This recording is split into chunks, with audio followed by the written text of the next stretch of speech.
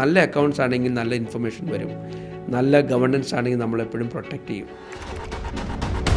50 million കൂടുതൽ ബിസിനസ്സുള്ള ആൾക്കാർക്ക് ഈ ഇൻവോയ്സിങ് എന്ന് പറയുന്ന ഒരു സമ്പ്രദായം വരാം. ഒന്ന് കോവിഡ് വരുന്നുണ്ടെന്ന് അറിയുമായിരുന്നെങ്കിൽ ഞാൻ ചിലപ്പോൾ മാറില്ലായിരുന്നു കേട്ടോ. എൻ്റെ കൂടെയുള്ളവരൊക്കെ ബ്രിഗേഡിയറും അതുപോലെ തന്നെ പലരും ഒക്കെ ആയിട്ട് റിട്ടയർ ചെയ്തു. വൺ സ്റ്റോറിയിലേക്ക് വീണ്ടും സ്വാഗതം. ഇത്തവണ നമുക്കൊപ്പം അതിഥിയായിട്ട് വന്നിരിക്കുന്നത് ജെയിംസ് മാത്യു ആണ്. ഒരുപാട് കാലമായിട്ട് നമ്മൾ കണ്ടുകൊണ്ടിരിക്കുന്നു. UH ജെയിംസ് എന്ന സ്ഥാപനത്തിൻ്റെ CEO ആണ്. അതോടൊപ്പം തന്നെ UAE അറിയപ്പെടുന്ന ഒരു സാമ്പത്തിക വിദഗ്ധനാണ്. നിരന്തരമായിട്ട് ഫൈനാൻഷ്യലായിട്ടുള്ള ഏത് വേദിയിലും ഒരു സജീവ സാന്നിധ്യം കൂടിയാണ്. ജെയിംസ് മാത്യു, സ്വാഗതം നമ്മുടെ വൺ സ്റ്റോറിയിലേക്ക്. Thank you so much. കോഴിക്കോട്ടുള്ള അവിടെ നിന്നും വന്നു UAE വരുന്നതിന് മുമ്പുള്ളൊരു കാലഘട്ടം, അതിൽ നിന്ന് നമുക്ക് തുടങ്ങാമെന്ന് വിചാരിക്കുക. ഒരു അഞ്ചാം ക്ലാസ് വരെ ഞാനിവിടെ കാലിക്കറ്റ് പഠിച്ചു. അതിനുശേഷമാണ് സൈനിക സ്കൂൾ എന്ന് പറഞ്ഞാൽ ഒരു സ്റ്റേറ്റിൽ ഒരു സ്കൂളാണ് ഉണ്ടാവുക. അത് മിലിറ്ററിയാണ്. എല്ലാവരുടെയും വിചാരിക്കുന്നത് മിലിറ്ററിയിലെ ബാക്ക്ഗ്രൗണ്ട് ഉള്ളവർക്ക് മാത്രമേ സൈനിക സ്കൂളിൽ പോകാൻ പറ്റുള്ളൂ അന്നത്തെ കാലത്തോട്ടോ. ഇപ്പോൾ സ്ഥിതിഗതികളൊക്കെ മാറിയിട്ടുണ്ട്. കാരണം ഇപ്പോൾ എല്ലാവർക്കൊക്കെ അറിയാം. കാരണം ഇത് മിലിറ്ററി ബേസ്ഡ്, അവിടെ നിന്നാണ് നാഷണൽ ഡിഫൻസ് അക്കാഡമിയിലോട്ട് പോകുന്നത്. അപ്പോൾ അഞ്ചാം ക്ലാസ്സിൽ ഞാൻ എക്സാം എഴുതുന്നു. അതിൻ്റെ എൻട്രൻസ് കോച്ചിങ് അതിനെക്കുറിച്ച് അറിയുന്നു, വേറൊരാൾ വഴി അറിയുന്നു. എൻ്റെ ഫാദറിൻ്റെ ബ്രദർ ടീച്ചറായിരുന്നു. അപ്പോൾ അദ്ദേഹത്തിന് അറിയാമായിരുന്നു ഇങ്ങനത്തെ സ്കൂളിനെ കുറിച്ച്. അങ്ങനെ പുള്ളി ഒരു ചെറിയ കോച്ചിങ്ങും കാര്യങ്ങളൊക്കെ തന്നു. ആ എൻട്രൻസ് എക്സാം എഴുതി പാസ്സായി. നമ്മുടെ ചെറുപ്പത്തിലൊക്കെ ഇങ്ങനെ കഴക്കൂട്ടം സൈനിക സ്കൂൾ എന്ന് കേൾക്കുമ്പോൾ ഒറ്റ സ്കൂൾ മാത്രമാണ്, ഒറ്റ സ്കൂൾ. അപ്പോൾ അത് VK കൃഷ്ണമേനോൻ, നമ്മുടെ പഴയ ഡിഫൻസ് മിനിസ്റ്റർ ഉണ്ടായിരുന്നല്ലോ, അദ്ദേഹത്തിൻ്റെ ഒരു ഇതായിരുന്നു. അപ്പോൾ അത് വെച്ച് ആ സ്കൂളിൽ നമ്മൾ 6 മുതൽ 12ാം ക്ലാസ് വരെ അവിടെ പഠിക്കുന്നു. സാധാരണഗതിയിൽ അവിടുന്ന് പഠിച്ചു കഴിഞ്ഞാൽ ഇറങ്ങിക്കഴിഞ്ഞാൽ നാഷണൽ ഡിഫൻസ് അക്കാഡമി NDAയുടെ എക്സാം എഴുതണം. എക്സാം എഴുതി കഴിഞ്ഞ് കഴിഞ്ഞാൽ നമുക്ക് ഒരു SSB സർവീസ് സെലക്ഷൻ ബോർഡ് എന്ന് പറഞ്ഞ ഒരു പേഴ്സണൽ ഇൻ്റർവ്യൂ ഉണ്ട്. ആ പേഴ്സണൽ ഇൻ്റർവ്യൂ കഴിഞ്ഞ് കഴിഞ്ഞാൽ ആർമി അല്ലെങ്കിൽ നേവി അല്ലെങ്കിൽ എയർഫോഴ്സ്, ഇതിൽ 3ലേക്ക് നമുക്ക് ഏതാണ് സെലക്ട് ചെയ്യേണ്ടത് അതിനകത്തോട്ട് നമുക്ക് പോകാം. അപ്പോൾ ഞാൻ മേഖല വിട്ടിട്ട് നേരെ പോകാനായിരുന്നു താല്പര്യം. പക്ഷേ അന്ന് അവിടെ ചെന്ന് കഴിഞ്ഞ് എക്സാം പാസ്സായിട്ട് സർവീസ് സെലക്ഷൻ ബോർഡിൽ ഞാൻ ക്വാളിഫൈ ആവുന്നില്ല. രണ്ടാമത്തെ ഒരു അറ്റംപ്റ്റ് കൂടെ നടത്തി. അന്നേരം അത് നമുക്ക് സക്സസ്ഫുൾ ആയില്ല. പിന്നെയാണ് ഞാൻ ദേവഗിരി കോളേജിൽ ഞാൻ ഡിഗ്രിക്ക് വരുന്നത്, BSc മാത്തമാറ്റിക്സ്. ഈ 6 വർഷം സൈനിക് സ്കൂളിൽ ഉണ്ടായിരുന്നപ്പോൾ ഞാൻ സ്പ്രിൻറ്റ് ഈവൻസിൽ നന്നായിട്ട് ഓടുമായിരുന്നു. 100 മീറ്റേഴ്സ്, 200 മീറ്റേഴ്സ്, 400 മീറ്റേഴ്സ്. ഇപ്പോഴും 45 വർഷത്തിന് ശേഷവും ആ സ്കൂളിൽ എൻ്റെ റെക്കോർഡ്സ് ഇതുവരെ അൺബ്രോക്കൺ ആണ്. ആ സ്പോർട്സ് കോട്ടയിലാണ് എനിക്ക് സെൻറ്റ് ജോസഫ്സ് കോളേജിൽ ദേവഗിരിയിൽ ഒരു അഡ്മിഷൻ കിട്ടുന്നത്. ട്രാക്കിലോട്ട് ഇറങ്ങിയപ്പോൾ നമ്മൾക്ക് മനസ്സിലായി ഇനി നടക്കില്ല എന്ന്. കാരണം ഇത് ഒരു 11.1 സെക്കൻഡിന് 100 മീറ്റേഴ്സ് ഓടുകയാണെങ്കിൽ അതിനകത്തുനിന്ന് ഒരു 0.1 സെക്കൻഡ് മില്ലി സെക്കൻഡ് കുറയ്ക്കണമെങ്കിൽ നമുക്ക് ചിലപ്പോൾ മേ ബി ഒരു 1 ഇയറിൻ്റെ എഫേർട്സ് ഇടേണ്ടി വരും. നമുക്ക് ആ ട്രാക്കിലോട്ട് പിന്നെ തിരിച്ചു പോകാനായിട്ടുള്ള ഒരു സിറ്റുവേഷൻ അല്ലാത്തതുകൊണ്ട് നമ്മൾ അതിനോട് ഗുഡ് ബൈ പറയുന്നു. അങ്ങനെ ഞാൻ BSc മാത്സ് എനിക്കൊരു ഇഷ്ടപ്പെട്ട സബ്ജക്റ്റാണ്. സെക്കൻഡ് ഇയറിലും I am the only student. നമ്മളെ 100% മാത്സ്, സ്റ്റാറ്റിസ്റ്റിക്സ്. അപ്പോൾ എൻ്റെ മാത്സ് പ്രൊഫസർ എൻ്റെ അടുത്ത് പറയുന്നു, I think you should be A chartered accountant. അപ്പോൾ ആ കാലഘട്ടം എന്ന് പറഞ്ഞാൽ 84 അല്ലെങ്കിൽ 84, 85 എന്നൊക്കെ പറയുന്നത് ഇപ്പോഴത്തെ മെട്രോ നഗരത്തിലുള്ള മാതിരി, അല്ലെങ്കിൽ നമ്മുടെ ഇൻഫർമേഷൻ അത്രയ്ക്കൊന്നുമില്ല. CA എന്നാന്നോ ഒന്നും കാര്യങ്ങളൊന്നും അറിയില്ലായിരുന്നു. അദ്ദേഹം പറഞ്ഞ അനുസരിച്ച് ഒരാളെ റെഫർ ചെയ്യുന്നു, എനിക്കിങ്ങനെ CA പ്രൊഫഷനെക്കുറിച്ച് അറിഞ്ഞാൽ കൊള്ളാമെന്ന് പറഞ്ഞു. ഡിഗ്രി 3 കൊല്ലം കഴിഞ്ഞിട്ട് എൻ്റെ അടുത്തോട്ട് വരുമെന്ന് പറഞ്ഞ് എന്നെ വിടുന്നു. ഞാൻ ഡിഗ്രിക്ക് കഴിഞ്ഞിട്ട് ഞാൻ അദ്ദേഹത്തിൻ്റെ അടുത്ത് പോകുന്നു. അങ്ങനെ CA പാസ്സായിട്ട് ഞാൻ 92-ൽ ദുബായിൽ വരുന്നു. ഇന്ത്യയിലും ആ സമയത്ത് ഒരു മാറ്റങ്ങളൊക്കെ വരുന്നൊരു സമയമാണ്. പക്ഷെ എന്നിട്ടും ദുബായ് എന്തുകൊണ്ട് ഓപ്റ്റ് ചെയ്തു? മെയിൻ കാരണം എന്ന് പറഞ്ഞാൽ നമുക്ക് ഇൻഡസ്ട്രീസൊക്കെ കുറവാണ്, അതിനുള്ള ഓപ്പർച്യൂണിറ്റീസ് കുറവാണ്. പക്ഷെ അന്നേരം ഇവിടെ നമ്മളുടെ കുറച്ച് 1-2 ഫ്രണ്ട്സ്, അവർ ഞങ്ങളുടെ കൂടെ എന്നെക്കാളും മുമ്പേ CA ചെയ്തവർ ഈ ഷാർജ, ദുബായിലൊക്കെ വന്ന് ലാൻഡ് ചെയ്തു. അപ്പോൾ സ്വാഭാവികമായിട്ടും ഒരു ക്വസ്റ്റ്യൻ ഉള്ളത് മിഡിൽ ഈസ്റ്റിൽ നമുക്ക് ടാക്സോ കാര്യങ്ങളൊന്നുമില്ല. അപ്പോൾ എന്തുകൊണ്ടാണ് ഇവിടെ അങ്ങനെ ഒരു ഓപ്പർച്യൂണിറ്റി, ചാർട്ടേഡ് അക്കൗണ്ടൻറ്റിന് ഓപ്പർച്യൂണിറ്റി ഉണ്ടോ എന്നുള്ളൊരു ക്വസ്റ്റ്യൻ ഉണ്ടായിരുന്നു. പക്ഷേ നമ്മളിൽ ഫസ്റ്റ് ഹാൻഡ് നമുക്ക് ഇൻഫർമേഷൻ കിട്ടി, കുഴപ്പമില്ല. കാരണം ഇവിടെയുള്ള ആൾക്കാർക്കും ഇവിടെ എല്ലാം കൊമേഴ്ഷ്യലി ഡ്രിവൺ ആണല്ലോ, ഇവിടെ എല്ലാം കച്ചവടങ്ങളാണല്ലോ. കച്ചവടത്തിൽ എപ്പോഴും നമുക്ക് ബുക്സ് ഓഫ് അക്കൗണ്ട്സും അതിൻ്റേതായ മെയിൻ്റനൻസ് ഓഫ് ബുക്സും ഓഡിറ്റും എല്ലാ കാര്യങ്ങളും വേണം. അതുപോലെ തന്നെ ഇന്ത്യൻ ആൾക്കാർ, ബിസിനസ്സുകാർ ഇത്രയും അധികം ആൾക്കാർ ഇവിടെ ചെയ്യുന്നുണ്ടായിരുന്നു. അപ്പോൾ അവരെപ്പോഴും പ്രിഫർ ചെയ്യുന്നത് ഇന്ത്യൻ ആൾക്കാർ ആണ്. അപ്പോൾ അങ്ങനെയുള്ള ഒരു കാരണം കൊണ്ട് തന്നെ ഒരുപാട് സാധ്യതകൾ ഉണ്ടാകുമെന്ന് വിചാരിച്ചു.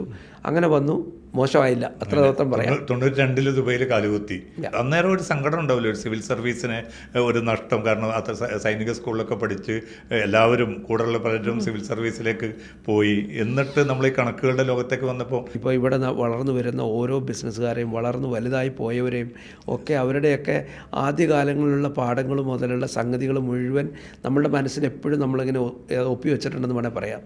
അപ്പോൾ അങ്ങനെ ഓരോ കാര്യങ്ങൾ ചെയ്യുമ്പോഴും നമുക്കതിൻ്റെ ഒരു എൻകറേജ്മെൻറ്റും നമുക്ക് തന്നെ ഒരു സാറ്റിസ്ഫാക്ഷൻ ഉണ്ട്. അപ്പോൾ അതുകൊണ്ട് എനിക്കൊരു അങ്ങനെ ഒരു തോന്നലില്ല ഇപ്പോൾ അന്ന് അങ്ങനെ പോകണമായിരുന്നു. യെസ്, പോയിരുന്നെങ്കിൽ നല്ലതായിരുന്നു.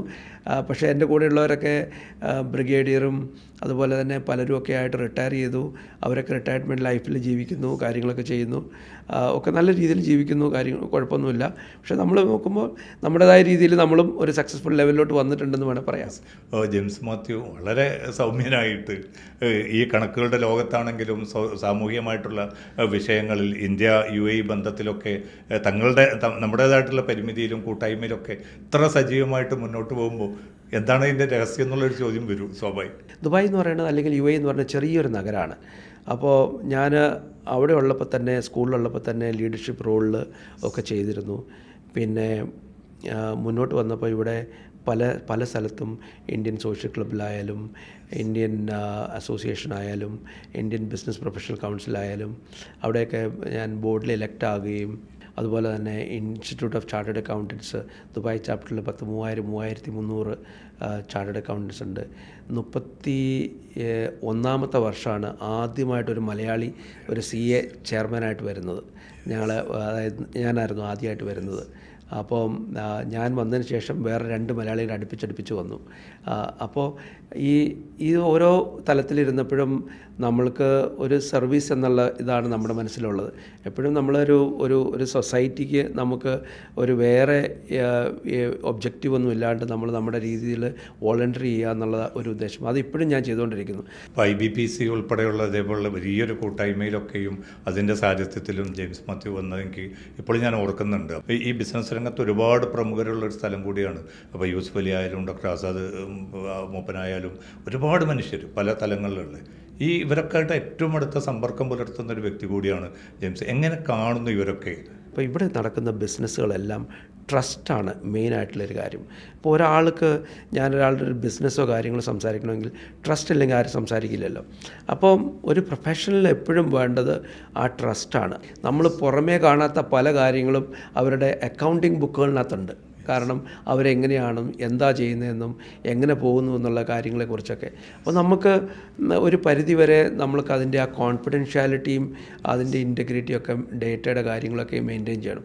അത് എവിടെയെങ്കിലും വെച്ച് നഷ്ടപ്പെട്ട് കഴിഞ്ഞാൽ നമ്മുടെ ആ സംഗതികൾ പോകും. അപ്പോൾ അതുകൊണ്ട് വളരെ കെയർഫുള്ളായിട്ട് ഓരോരുത്തരുമായിട്ട് ഡീൽ ചെയ്യുന്നതും കാര്യങ്ങളൊക്കെ ആയിട്ടാണെങ്കിലും വളരെ കെയർഫുള്ളായിട്ട് ഈ പ്ലാറ്റ്ഫോമൊക്കെ ശരിക്കും പറഞ്ഞാൽ ഒത്തിരി ആൾക്കാരെ പരിചയപ്പെടുത്തുന്നു. ഇപ്പം യൂസുഫ് അലിക്കയും ഡോക്ടർ ആസാദും എല്ലാവരും IBPC ബോർഡിൽ ഇരുന്ന ആൾക്കാരാണ്. അവരുടെയൊക്കെ കൂടെ അല്ലെങ്കിലും പല സമയത്തിലായാലും ഒത്തിരി മാത്രം ഇടപെട്ടും ഒക്കെ ചെയ്യാൻ പറ്റിയിട്ട് സെക്രട്ടറി ജനറലും ഒക്കെ ആയിട്ട് വർക്ക് ചെയ്തിട്ടുണ്ട്. ഒരുപാട് നല്ല നല്ല അനുഭവങ്ങൾ മാത്രം. ഏതാണ്ട് ഒരു 3000-ഓളം സ്ഥാപനങ്ങൾക്ക് അതിൻ്റെ പിറവിക്ക് മാത്രമല്ല അതിൻ്റെ മുന്നോട്ടുള്ള യാത്രയിലും വലിയ തുണയായിട്ട്, ബാക്ക് ബോണായിട്ട് നിൽക്കാൻ സാധിച്ചു എന്നുള്ളതും ഈ ജീവിതയാത്രയിലെ വലിയൊരു നേട്ടമായിട്ട് തന്നെ തോന്നുന്നില്ലേ? അബ്സല്യൂട്ട്ലി. കാരണം ഇപ്പോൾ 30-34 വർഷത്തെ യാത്രയാണല്ലോ. ഞാനൊരു 2018 മുമ്പൊക്കെ ആണെങ്കിൽ നമുക്ക് ഏറ്റവും ചീപ്പായിട്ടുള്ള ഒരു ഫ്രീ സോൺ അല്ലെങ്കിൽ എവിടെയെങ്കിലുമൊക്കെ പോകാം എന്ന് പറഞ്ഞ് ഏറ്റവും ചീപ്പ്, അതിന് വേറെ യാതൊരുവിധ നമുക്ക് ചിന്തിക്കേണ്ട ആവശ്യമില്ല. പക്ഷേ 2018 നമുക്ക് വാല്യൂ ആഡഡ് ടാക്സും അതുപോലെ തന്നെ നമുക്ക് 2023 നമുക്ക് കോർപ്പറേറ്റ് ടാക്സൊക്കെ വന്നപ്പോൾ ഇപ്പോൾ ശരിക്കും ടാക്സിൻ്റെ നോളജ്, അതായത് എവിടുന്നാണ് സാധനം വരുന്നത്, ആരാണ് കസ്റ്റമർ, എങ്ങോട്ടാണ് ഈ സാധനം പോകുന്നത്, എവിടെയാണ് ഇത് ഓപ്പറേറ്റ് ചെയ്യുന്നത്, അപ്പോൾ ഈ കാര്യങ്ങളുടെ എല്ലാം മനസ്സിലാക്കിയാൽ മാത്രമേ ഉള്ളൂ ഒരു നല്ലൊരു ഒരു സൊല്യൂഷൻ പുള്ളിക്ക് കൊടുക്കാൻ പറ്റുള്ളൂ. അപ്പോൾ ഈ കാലഘട്ടങ്ങളിലൊക്കെ നമ്മൾ നമ്മുടേതായ രീതിയിൽ നമ്മൾ ഞങ്ങളുടെ ഒരു 250 ആൾക്കാരോളം വർക്ക് ചെയ്യുന്നുണ്ട് നമ്മുടെ സ്ഥാപനത്തിൽ. പല പല രാജ്യങ്ങളിൽ നിന്നുള്ള ആൾക്കാർ വരുന്നുണ്ട്. അവർക്കൊക്കെ ഒരു ബെസ്റ്റായിട്ടുള്ള സൊല്യൂഷൻ കൊടുക്കുക. അങ്ങനെയാണ് നമ്മൾ റെക്കറിങ് ബിസിനസ്സായിട്ട് മൂവ് ചെയ്യുന്നത്. അതായിരുന്നു നമ്മുടെ ഒരു success. That's a way we are going. അപ്പോൾ 2019 UHY ജെയിംസ് എന്നുള്ള സ്ഥാപനം പിറവിയെടുക്കുന്നത്. അത് ഒരു പക്ഷേ ലോകത്തെ സംബന്ധിച്ചിടത്തോളം വല്ലാത്തൊരു പ്രയാസകരമായിട്ടുള്ള ഒരവസ്ഥയാണ്. കാരണം കോവിഡ് എന്നുള്ള ഒരു മഹാമാരി 2-3 വർഷം നമ്മളെ വേട്ടയാടുകയാണ്. അതിൻ്റെ ഇടയിലും എങ്ങനെ സ്ഥാപനത്തെ പിടിച്ചു നിർത്തി? ഞാൻ ഏതാണ്ട് 25 വർഷത്തോളം ക്രോ എന്ന് പറയുന്ന ഒരു ലോകത്തിലെ തന്നെ ടോപ്പ് 10 കമ്പനികളിൽ വരുന്നൊരു കമ്പനിയുടെ CEO ആയിരുന്നു. ആ ക്രോയിൽ ഞാനിവിടെ UAE ഒമാൻ്റെ CEO ആയിട്ട് വർക്ക് ചെയ്യുന്ന സമയത്ത് ഏതാണ്ട് 24 വർഷത്തിന് ശേഷം ഞങ്ങൾ എൻ്റെ കൂടെ ഉണ്ടായിരുന്ന പാർട്ട്നേഴ്സിനോട് പറയുന്നു, ഞങ്ങൾ തമ്മിലൊരു തീരുമാനത്തിലെത്തുന്നു, നമുക്കിത് രണ്ടായിട്ട് പിരിയാം. അങ്ങനെയാണ് ആ ഫൗണ്ടേഴ്സ് അവർ ആ നെയിം വെച്ചു, ഞാനിങ്ങനെ മാറുന്നു. അപ്പോൾ എൻ്റെ കൂടെ ഒരു 10-75 ആൾക്കാർ എൻ്റെ കൂടെ പോന്നു. അങ്ങനെ ആ ക്ലയൻസിനെ ഞങ്ങൾ സ്പ്ലിറ്റ് ചെയ്തു. അപ്പോൾ ഒരു അണ്ടർസ്റ്റാൻഡിങ്ങിലെത്തിയിട്ടാണ് ഞങ്ങൾ മാറുന്നത്. 2019 ഡിസംബർ 29 ഞങ്ങൾ മാറുന്നത്. പക്ഷേ അന്ന് കോവിഡ് വരുന്നുണ്ടെന്ന് അറിയുമായിരുന്നെങ്കിൽ ഞാൻ ചിലപ്പോൾ മാറില്ലായിരുന്നു കേട്ടോ, അന്നത്തെ ഒരു കാലഘട്ടത്തിൽ കേട്ടോ. പക്ഷേ ഇപ്പോൾ തിരിഞ്ഞു നോക്കുമ്പോൾ 20, 21, 22 എന്ന് പറയുന്നത് കാലഘട്ടങ്ങളിൽ നമ്മൾ ഈ പാൻഡമിക് നമ്മളെ ശരിക്കും പറഞ്ഞു കഴിഞ്ഞാൽ ആടി ഒലച്ചെന്ന് വേണം പറയാൻ. കാരണം എത്ര ആൾക്കാരുടെ ജോലി, എത്ര ആൾക്കാരുടെ, അപ്പോൾ എൻ്റെ കൂടെ വന്ന ആൾക്കാർ 75-80 ആൾക്കാരുണ്ട്. അവരുടെ ജോലി പ്രൊട്ടക്റ്റ് ചെയ്യുക. പക്ഷേ നമുക്കറിയാം ദുബായ് എന്ന നഗരം നമ്മൾ ഈ പറഞ്ഞ മാതിരി ഒരു കാരണവശാലും നമ്മളെ കൈവടിയില്ല എന്നുള്ള ജേക്കബിൻ്റെ സ്വർഗ്ഗരാജ്യത്തിൽ പുള്ളി പറയുന്ന ഒരു ഇതുണ്ടല്ലോ, എന്നാ പണിയെടുക്കുന്നവൻ്റെ പടച്ചവനാണ് ദുബായ് എന്ന് പറയുന്നത്. ഇപ്പോൾ യൂസുഫിലേക്കൊക്കെ വന്നത് എങ്ങനെയാണെന്നും എവിടെ എത്തി എന്നുള്ള കാര്യങ്ങൾ ഓരോരുത്തരുടെ മുമ്പിലുള്ള ഒരു കാര്യമാണ്. അതേമാതിരി ഇവിടെ വരുന്ന പലരും, നമ്മുടെ മലയാളി ബിസിനസ്സുകാരിൽ തന്നെ പലരും നമുക്ക് നോക്കുകയാണെങ്കിൽ അവരൊക്കെ ആ ചെറിയ ഗ്രൗണ്ടിൽ നിന്ന് എങ്ങനെ വന്ന് ഇവിടെ എത്തി. അപ്പോൾ അതൊരു പ്രചോദനമാണ് എല്ലാവർക്കും. ഇപ്പോൾ ഇന്നിപ്പോൾ നമ്മളൊരു ഈ സിറ്റുവേഷനിൽ കൂടി കടന്നു പോകുമ്പോഴും നമുക്കറിയാം കുറച്ചൊരു ഇതിൻ്റേതായ സൈഡ് എഫക്ട്സും കാര്യങ്ങളൊക്കെ നമ്മൾ കാണുന്നുണ്ട്. പക്ഷേ ലോകത്ത് ഏറ്റവും സേഫായിട്ടുള്ള സ്ഥലവും അല്ലെങ്കിൽ ഏറ്റവും കുറഞ്ഞ ടാക്സ് ഉള്ള സ്ഥലവും ലക്ഷറീസ് ആയിട്ട് ആൾക്കാർക്ക് കടന്നു പോകാൻ ക്രൈം റേറ്റ്സ് ഒക്കെ കുറവുള്ളൊരു സ്ഥലം എന്നുള്ള ഒരു സ്ഥലത്തിന് ഇപ്പോഴും ദുബായ് മുന്നിൽ തന്നെയാണ് നിൽക്കുന്നത്. കാരണം നമ്മൾ നേരത്തെ സാമ്പത്തിക മാന്ദ്യം കണ്ടു, അത് കഴിഞ്ഞ് കോവിഡിൻ്റെ ഒരു വലിയൊരു കാലയളവ് നമ്മൾ കടന്നുപോയി. പിന്നീട് ഇപ്പോൾ ഈ മേഖലയുമായിട്ട് ബന്ധപ്പെട്ട അസ്വാസ്ഥ്യങ്ങളുടെ ഒരു സമയമാണ്. പക്ഷേ ഇതിന് മറികടക്കും എന്ന് തന്നെയല്ലേ നമ്മൾ ഈ ഘട്ടത്തിലും പ്രതീക്ഷിക്കേണ്ടത്? നമ്മൾ ഒരു 25-30 വർഷം ഇവിടെ താമസിച്ച ആൾക്കാർക്ക് അറിയാം, എല്ലാ 7 വർഷവും നമുക്കൊരു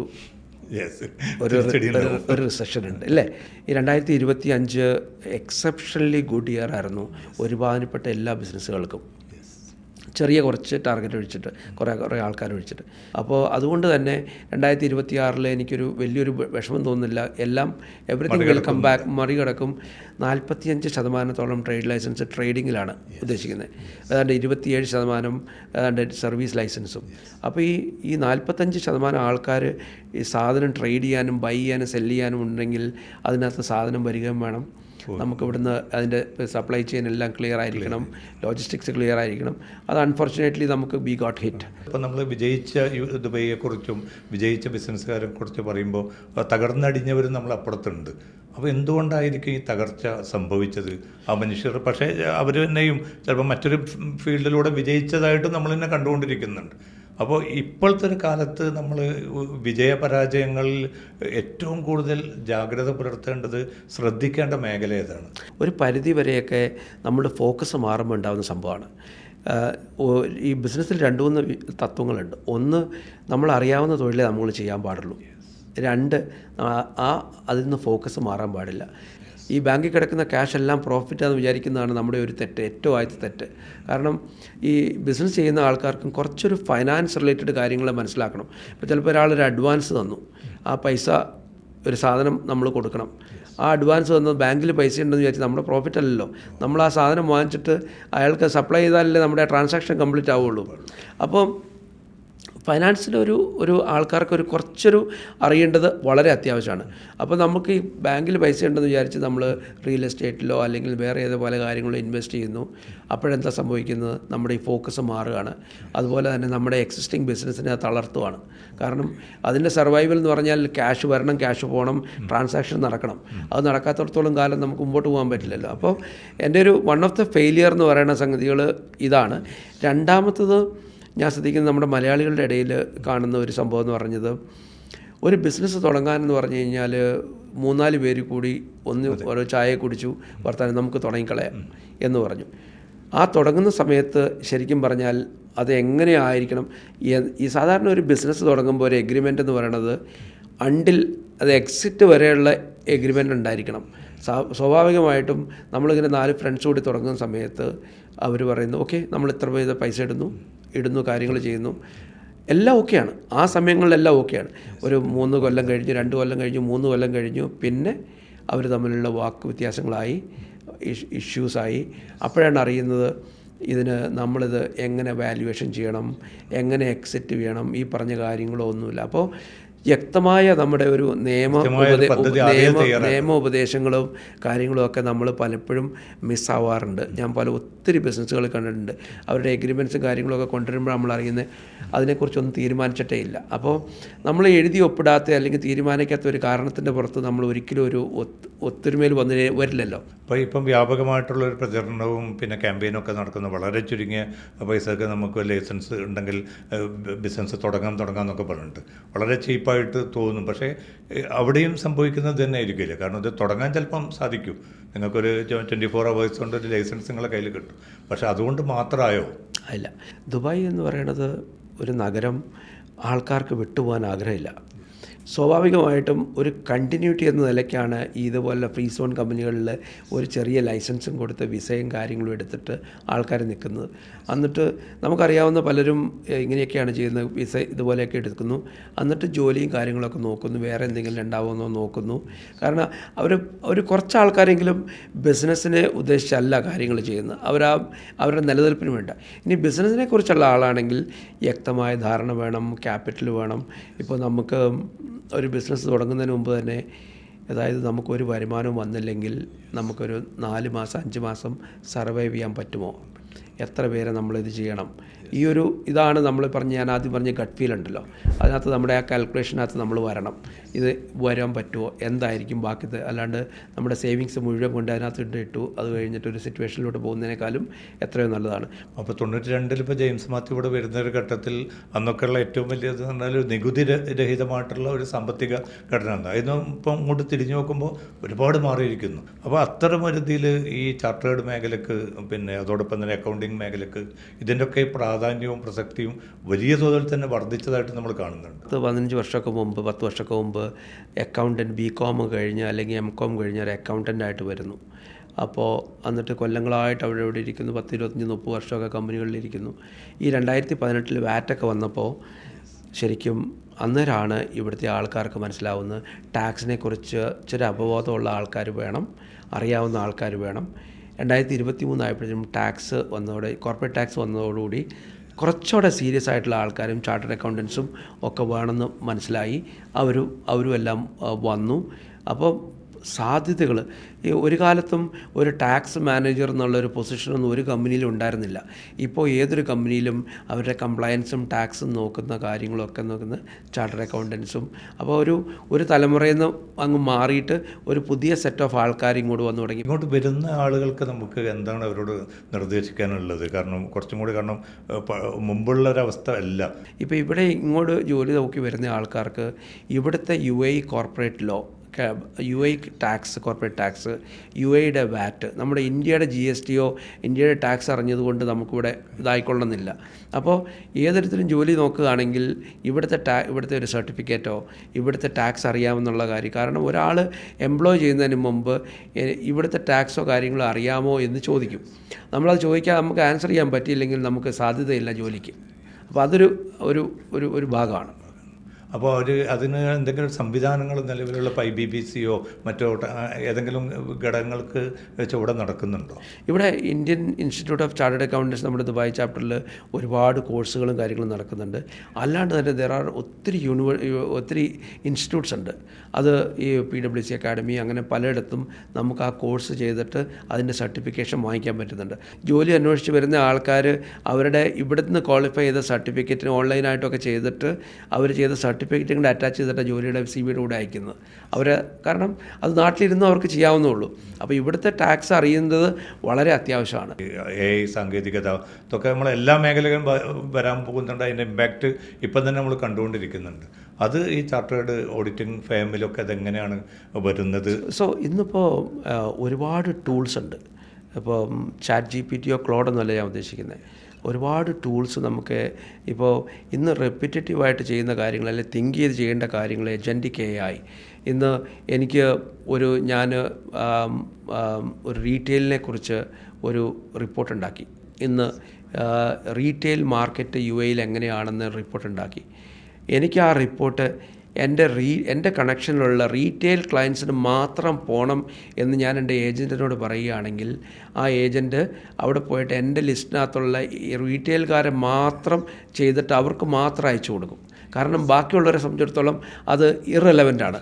അപ്പോൾ അങ്ങനെ ഓരോ കാര്യങ്ങൾക്കും നമുക്ക് ഏജൻസിനെ നമുക്ക് ഡെവലപ്പ് ചെയ്യാൻ പറ്റുന്നുണ്ട്. അവർക്ക് തിങ്ക് ചെയ്യാൻ അത്രയ്ക്ക് ഒരു പരിധി തിങ്ക് ചെയ്യാൻ പറ്റില്ല. അവർ നമ്മളോട് പറയുന്നു ഇങ്ങനെ പോകണം, അത് കാര്യങ്ങൾ ചെയ്യുന്നു. പക്ഷേ ആ തിങ്കിങ് പ്രോസസ്സ് എപ്പോഴും നമ്മളാണ്. വാറ്റ് ഇവിടെ 5% ആണെങ്കിൽ സൗദിയിൽ അത് 15%. അതോടൊപ്പം തന്നെ ഇപ്പോൾ കോർപ്പറേറ്റ് ടാക്സ് വരുന്നു. ഇനി അടുത്ത ചിലപ്പം കുറേ കൂടി നികുതി പിന്നെ പരിഷ്കരണത്തിൻ്റെ ഭാഗമായിട്ട് പുതിയ കാര്യങ്ങൾ വരാൻ സാധ്യതയുണ്ട്. അപ്പോൾ അടുത്ത ഒരു മുൻകൂട്ടി നമ്മൾ UAE അല്ലെങ്കിൽ ഗൾഫ് മേഖലയെ കാണുമ്പോൾ ആ സ്വഭാവം എന്തായിരിക്കും എന്നാണ് നമുക്ക് ഇപ്പോഴത്തെ ഒരു അവസ്ഥയിൽ പറഞ്ഞു വെക്കാൻ സാധിക്കുന്നത്. ഇതൊരു റെഗുലർ ഫ്ലോ ഓഫ് റവന്യൂ ആണ് ഗവൺമെൻറ്റിന്. കാരണം ഇതൊരു ഓൾട്ടർനേറ്റ് ആണ്. നമ്മൾ ഇപ്പോൾ ദുബായ് നോക്കുവാണെങ്കിൽ 2-2.5% കൊണ്ട് ഓയിൽ ആൻഡ് ഗോൾഡ്, ബാക്കിയുള്ളത് മുഴുവൻ നോൺ ഓയിലാണ്. UAE നോക്കുവാണെങ്കിൽ 75% നോൺ ഓയിലാണ്, 25% ഓയിൽ ആൻഡ് ഗോ ആണ്. $550 ബില്യൺ നമ്മുടെ GDP ഉള്ള കൺട്രിയിൽ. അപ്പോൾ സ്വാഭാവികമായിട്ടും നമുക്ക് ഈ വരുന്നത് ഇതുപോലത്തെ എക്സ്ട്രാ റവന്യൂ വരുന്നത് ഗവൺമെൻറ്റിൻ്റെ ഇതിനു വേണ്ടി ചെയ്യുന്നതാണ്. അപ്പോൾ ഇനിയും പല കാര്യങ്ങളും പ്രതീക്ഷിക്കാം. ഇപ്പോൾ സൗദിയിൽ 5 ആയിരുന്നു, 15 ആക്കിയപ്പോൾ UAE ആക്കിയില്ലല്ലോ, അത് 5 തന്നെ നിലനിർത്തുന്നു. അപ്പോൾ ഒരു ഫെയറായിട്ട് പോകുന്നെന്ന് ഞാൻ വിചാരിക്കുന്നു. ഒരു മലയാളിൻ്റെ പൊതു മനസ്സുണ്ട്, ഇതിനെങ്ങനെ മറികടക്കാൻ പറ്റും, ചുളുവിൽ ഇത് കൊടുക്കാതെയോ അല്ലെങ്കിൽ ഏതെങ്കിലും കണക്കുകൾ കാണിച്ചുകൊണ്ട് ഇതിനെ രക്ഷപ്പെടാൻ. അത് ഒരു ഹെൽത്തി ആയിട്ട് അവർക്കോ സ്ഥാപനത്തിനോ ഫ്യൂച്ചറിൽ ഗുണം ചെയ്യൂ? ഒരിക്കലും അഡ്വൈസബിൾ അല്ല. കാരണം നമ്മളിവിടെ ഈ രാജ്യത്ത് നമ്മൾ വർക്ക് ചെയ്യുന്നു, നമ്മളിവിടെ പ്രോഫിറ്റ്സ് ഉണ്ടാക്കുന്നു, അതിനകത്തൊരു 9% നമ്മൾ കൊടുക്കണം എന്ന് പറയുന്നത് അതൊരു വലിയൊരു ഇതായിട്ട് കാണരുത്. 1%, 2% ആൾക്കാർ അങ്ങനെ ചെയ്യുന്നുണ്ടെങ്കിൽ അതിനെല്ലാം ലോക്ക് വീഴാൻ പോവാണ്. കാരണം നമുക്ക് 1 ജാനുവരി മുതൽ 50 മില്യൺ കൂടുതൽ ബിസിനസ്സുള്ള ആൾക്കാർക്ക് ഇൻവോയ്സിങ് എന്ന് പറയുന്ന ഒരു സമ്പ്രദായം വരാൻ പോവാണ്. അതോടൊപ്പം തന്നെ ഇപ്പോൾ IBPCയിലൊക്കെ വളരെ സജീവമായിട്ട് ജെയിംസ് മാത്യു ഒക്കെ നേരത്തെ മുതൽ തന്നെ വലിയ ശ്രമങ്ങൾ നടത്തി. പക്ഷേ നമ്മളെപ്പോലും ഞെട്ടിച്ചുകൊണ്ടാണ് ഇന്ത്യ UAE വ്യാപാരമൊക്കെ അതിൻ്റെ റെക്കോർഡ് വർധനവിലേക്ക് മാറിയിരിക്കുന്നത്. എങ്ങനെ ഈ മാറ്റത്തെ കാണുന്നു, ഇന്ത്യ UAE മേഖലയിലുള്ള ഈ സാമ്പത്തിക മാറ്റത്തെ? പ്രൈം മിനിസ്റ്റർ 34 വർഷത്തിന് ശേഷം ഇവിടെ വന്നു. അതൊരു തുടക്കം തന്നെയായിരുന്നു. അതിനുശേഷം 10-12 തവണയായിട്ട് വന്നെന്ന് പറയുന്നു. ഇന്ത്യ UAE റിലേഷൻഷിപ്പ് വളരെ വേണമെങ്കിൽ ഈ സീപ്പ സൈൻ ചെയ്ത് കോംപ്രിഹെൻസീവ് ഇക്കണോമിക് പാർട്ട്ണർഷിപ്പ് സൈൻ ചെയ്തതിന് മുമ്പ് പോലും വളരെ ഹൈ ആയിരുന്നു, നല്ല റിലേഷൻഷിപ്പില്ല. കാരണം നമ്മൾക്ക് ഇന്ത്യയിൽ നിന്ന് ബേസ്ഡ് ആയിട്ടുള്ള ബിസിനസ്സുകാരും ഇന്ത്യ നയതന്ത്രവും എല്ലാം നമ്മൾ ശരിക്കും അങ്ങേയറ്റം ഈ 2 രാജ്യങ്ങളും എൻജോയ് ചെയ്തിരുന്നു. അത് ഇപ്പോഴും ചെയ്യുന്നു, നല്ല റിലേഷൻഷിപ്പിൽ മെയിൻറ്റെയിൻ ചെയ്ത് പോകുന്നുണ്ട്. ഈ IBPCയിലും അതുപോലെയുള്ള ഓർഗനൈസേഷനിലൊക്കെ നമ്മുടെ മിനിസ്റ്റേഴ്സും അവരും എല്ലാവരും ദുബായ് ചേംബറായ ആയാലും എല്ലാവരും വളരെ ഭംഗിയായിട്ട് ആ കാര്യങ്ങൾ കൊണ്ടുപോകുന്നുണ്ട്. ബിസിനസ്സുകാരെ തന്നെ നോക്കുകയാണെങ്കിൽ എത്രയാണ് ഒരു 30% ബിസിനസ് കൂടുതൽ ഇന്ത്യക്കാരാണ് നമ്മളിവിടെ ചെയ്യുന്നത്. അപ്പോൾ സ്വാഭാവികമായിട്ടും ആ ട്രേഡ് ഇനിയും അങ്ങോട്ട് പോകും. അപ്പോൾ ഇവിടെ ഇപ്പോൾ ചെറുകിട സ്ഥാപനങ്ങൾ, ഇപ്പോൾ സ്റ്റാർട്ടപ്പുകളും മറ്റതൊക്കെ ഒരുപാട് വന്നുകൊണ്ടിരിക്കുന്നു. ചിലതൊക്കെ വലിയ പെർഫോമൻസ് കാഴ്ചവെക്കുന്നുണ്ട്. പക്ഷേ അവർക്കൊക്കെ ഉള്ളൊരു കൺസേൺ ഉണ്ടാവും. പിന്നെ ഈ ബാങ്കിൽ നിന്നൊക്കെ ഉള്ള വായ്പ കിട്ടുന്ന കാര്യത്തിലും മറ്റോ അത് തങ്ങൾക്ക് കിട്ടില്ല, വൻകിടക്കാർക്ക് മാത്രമേ കിട്ടുന്നുള്ളൂ. അതിൻ്റെ മുകളിൽ മാത്രം ഒരു സമയത്ത് നമ്മൾ ഒരു എമൗണ്ട് നിക്ഷേപിക്കേണ്ട സമയത്ത് ആ എമൗണ്ട് തന്നെ നിക്ഷേപിക്കേണ്ടി വരും. അതില്ലാത്തത് കൊണ്ട് പോലും ദുർബലപ്പെട്ട സ്ഥാപനങ്ങൾ നമ്മൾ കണ്ടുകൊണ്ടിരിക്കുന്നു.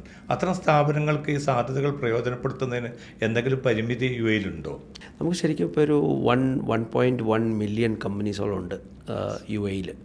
അതിനകത്തൊരു 7 ഇപ്പോൾ FTA റെക്കോർഡ്സ് പ്രകാരം ഒരു 700,000 725,000 കമ്പനീസാണ് ടാക്സിന് രജിസ്റ്റർ ചെയ്തിട്ടുള്ളത്. ബാക്കിയുള്ളതെല്ലാം ബ്രാഞ്ചസ് ഒക്കെ ആയിരിക്കും.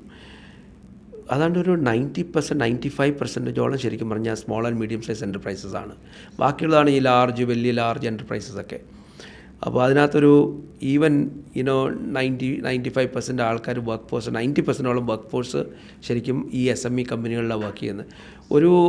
ഈ ബാങ്കിങ്ങിനെ സംബന്ധിച്ചിടത്തോളം ഒരു കാര്യം ഞാൻ പറയുകയാണെങ്കിൽ, ഈ വാറ്റും ടാക്സൊക്കെ വരുന്നതിന് മുമ്പ് ഈ ബാങ്കുകാർക്ക് ശരിക്കും പറഞ്ഞു കഴിഞ്ഞാൽ ചെറിയ സ്മോൾ ആൻഡ് മീഡിയം സൈസ് എൻ്റർപ്രൈസിനെ അവർക്ക് ഒരു വിധത്തിലും ജഡ്ജ് ചെയ്യാൻ പറ്റുന്നുണ്ടായിരുന്നില്ല. കാരണം ഇതെങ്ങനെയാണ് വർക്ക് ചെയ്യുന്നത്, ഈ നമ്പേഴ്സ് എങ്ങനെയാണ് നമുക്ക് ക്രോസ് വെരിഫൈ ചെയ്യുക, ഇവരുടെ ആക്ച്വൽ സെയിൽസ് ഉണ്ടോ, കാര്യങ്ങളുണ്ട്. പക്ഷേ വാറ്റും ടാക്സൊക്കെ വന്നപ്പോൾ നമുക്ക് 4 ടാക്സ് റിട്ടേൺ നോക്കിക്കഴിഞ്ഞാൽ നമുക്ക് അറിയാൻ പറ്റും അവരുടെ ആക്ച്വൽ സെയിൽസ് ഉണ്ടോ, കാര്യങ്ങളുണ്ടോ. അപ്പോൾ കുറച്ചുകൂടെ നമ്മൾ ട്രാൻസ്പെറൻ്റ് ആയി. ഇപ്പോൾ ഈ സ്മോൾ ആൻഡ് മീഡിയം സൈസ് എൻ്റർപ്രൈസിനൊക്കെ ശരിക്കും പറഞ്ഞാൽ ബാങ്ക് ചെയ്യാൻ പറ്റും. അപ്പോൾ UHY ജെയിംസിനൊക്കെ ഇതേപോലുള്ളൊരു സ്ഥാപനത്തിന് ഈ SMEകൾക്ക് അതോടൊപ്പം തന്നെ സ്റ്റാർട്ടപ്പ് സ്ഥാപനങ്ങൾക്കൊക്കെ ഏതൊക്കെ അർത്ഥത്തിലുള്ള സേവനങ്ങളാണ് നമ്മളിപ്പോൾ കൊടുത്തുകൊണ്ടിരിക്കുന്നത്? ഞങ്ങൾ ഓഡിറ്റ്സ് ചെയ്യുന്നുണ്ട്, അഡ്വൈസറി. കാരണം നമുക്കിപ്പോൾ ഒരു ബെസ്റ്റ് പ്രാക്ടീസസ് എങ്ങനെ കമ്പനിയെ നമുക്ക് വളർത്താൻ പറ്റും, അതിനൊരു ഔട്ട്സൈഡ് കൺസൾട്ടൻറ്റ്. ചിലപ്പം ഞാനിരിക്കുന്ന ചെയറിൽ വന്നിരിക്കുമ്പോഴായിരിക്കും പറയുന്നത്, ജെയിംസ് ഇത്രയും കാലം ചെയ്തത് ഇങ്ങനെ ആയിരുന്നില്ല, ചിലപ്പോൾ ഇങ്ങനെ ചെയ്യണമായിരുന്നു. അപ്പോൾ ഓരോരുത്തരുടെ തേർഡ് പാർട്ടിയുടെ ഒരു വ്യൂ ഉണ്ടല്ലോ. അപ്പോൾ ഓരോ ബിസിനസ്സിനും നമുക്ക് അത് നോക്കിയിട്ട് എന്തെങ്കിലും വിധത്തിൽ നമ്മളതിനെ ഉപകരിക്കാൻ പറ്റുമെങ്കിൽ എങ്ങനെ സ്കെയിൽ ചെയ്യാൻ പറ്റും, എന്താണ് അതിൻ്റെ റോഡ് ബ്ലോക്ക് എന്താണ്. നമുക്ക് ചിലപ്പോൾ വേറെ എന്തെങ്കിലും ചെറിയ കാര്യം, ചിലപ്പോൾ ഫൈനാൻഷ്യൽ കൺസ്ട്രെയിൻ്റ് ആയിരിക്കാം, ചിലപ്പോൾ നമ്മുടെ ഐഡിയ ഉണ്ട് നമുക്ക് മുമ്പോട്ട് പോകാൻ പറ്റാണ്ടായിരിക്കും, നമുക്ക് ചിലപ്പോൾ റൈറ്റ് കൈൻഡ് ഓഫ് ആൾക്കാരില്ലാത്തതുകൊണ്ടായിരിക്കും. അപ്പോൾ അതെന്താണെന്ന് മനസ്സിലാക്കി കഴിഞ്ഞിട്ട് നമുക്കതിനെ ഒന്ന് പോഷിപ്പിച്ചെടുക്കുക എന്നുള്ളതാണ് നമ്മുടെ ഒരു കാര്യങ്ങൾ ചെയ്യാൻ പറ്റുന്നത്. അതോടൊപ്പം ചിലത് നിർത്തണമെന്ന് പറയുകയാണെങ്കിൽ അത് പറഞ്ഞു കൊടുക്കണം, ഈ സമയമാണ് നിർത്താൻ പറ്റും. നല്ല അക്കൗണ്ട്സ് ആണെങ്കിൽ നല്ല ഇൻഫർമേഷൻ വരും, നല്ല ഗവർണൻസ് ആണെങ്കിൽ നമ്മളെപ്പോഴും പ്രൊട്ടക്റ്റ് ചെയ്യും. അതാണ് നമ്മുടെ ശരിക്കും അല്ലെങ്കിൽ അതുപോലെ തന്നെ നമ്മൾ technology part also we'll have to James Mathew, വളരെ വളരെ സന്തോഷം. കാരണം ഒരു ഔപചാരികത, കാരണം ഇത് ഭയങ്കര സാങ്കേതികത ഒക്കെ ഉള്ളതാണെങ്കിൽ പോലും ഈ ഔപചാരികതകളില്ലാതെ നമുക്കിങ്ങനെ സംസാരിക്കാൻ പറ്റി. അതോടൊപ്പം തന്നെ പഴയ ചാക്കോ മാസ്റ്ററുടെ ആ കുട്ടികളിൽ നിന്ന് അല്ലെങ്കിൽ ആ കണക്കുകളുടെ അപ്പുറത്തേക്കുള്ള മാറിയ ഒരു ലോകമാണിത്. ഒരുപാട് സങ്കേതങ്ങൾ മാറിയിരിക്കുന്നു, സംവിധാനങ്ങൾ മാറിയിരിക്കുന്നു. അതിനെ കോപ്പപ്പ് ചെയ്ത് സ്ഥാപനങ്ങൾ മുന്നോട്ട് പോവുകയാണെങ്കിൽ വിജയം സുനിശ്ചിതമായിരിക്കും. അതെല്ലാം പിന്നെ നമ്മൾ ഈ പുതിയ സങ്കേതങ്ങളൊന്നും പ്രയോജനപ്പെടുത്താതെയുള്ള പഴയ കണക്കുകളായിട്ടാണ് പോകുന്നതെങ്കിൽ പ്രശ്നമായിരിക്കും എനിക്ക് തോന്നുന്നു. നമ്മൾ പറഞ്ഞു വെച്ചതിൻ്റെ ചുരുക്കം. No, thank you. I think you are right on that spot. Thank you.